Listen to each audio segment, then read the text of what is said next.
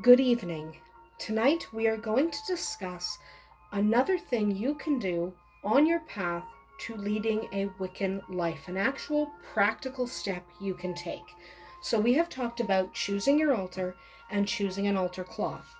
Now we're going to slowly start talking about the things you should add to that altar.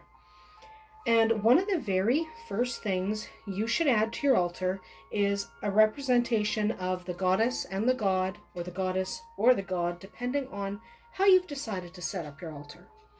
Every altar should have a symbolic representation of the divine. It doesn't necessarily have to be a goddess and a god. It could just as easily be one unifying symbol. But most people choose to have two symbols.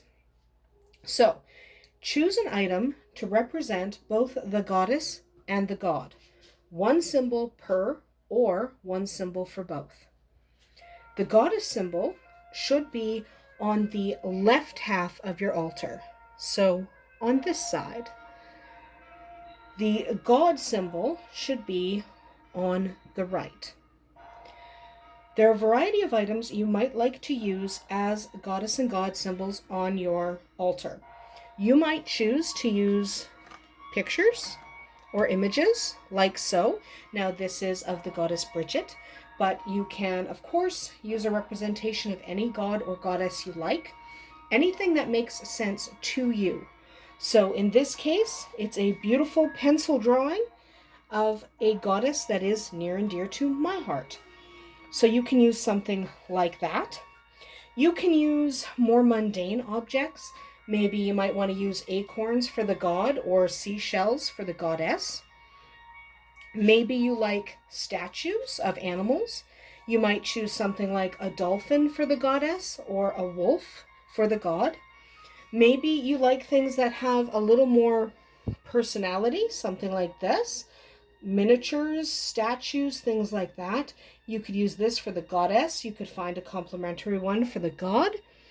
Maybe you like things that are a little cuter, like fairies and gnomes. You can certainly use stuff like that for your altar. So you might do gnomes and fairies as representations of the goddess and the god.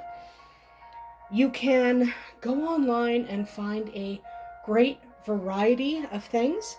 You can also try your local thrift shops or garage sales. Find things that speak to you.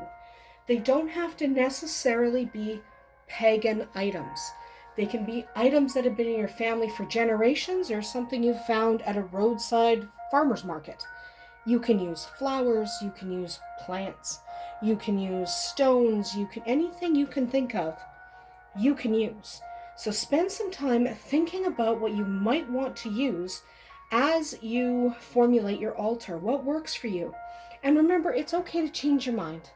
If you have something you really like now, and in a couple of months you decide, I don't really want this, I'd rather have something else, you can absolutely do that as well. Don't be stuck in whatever you pick initially.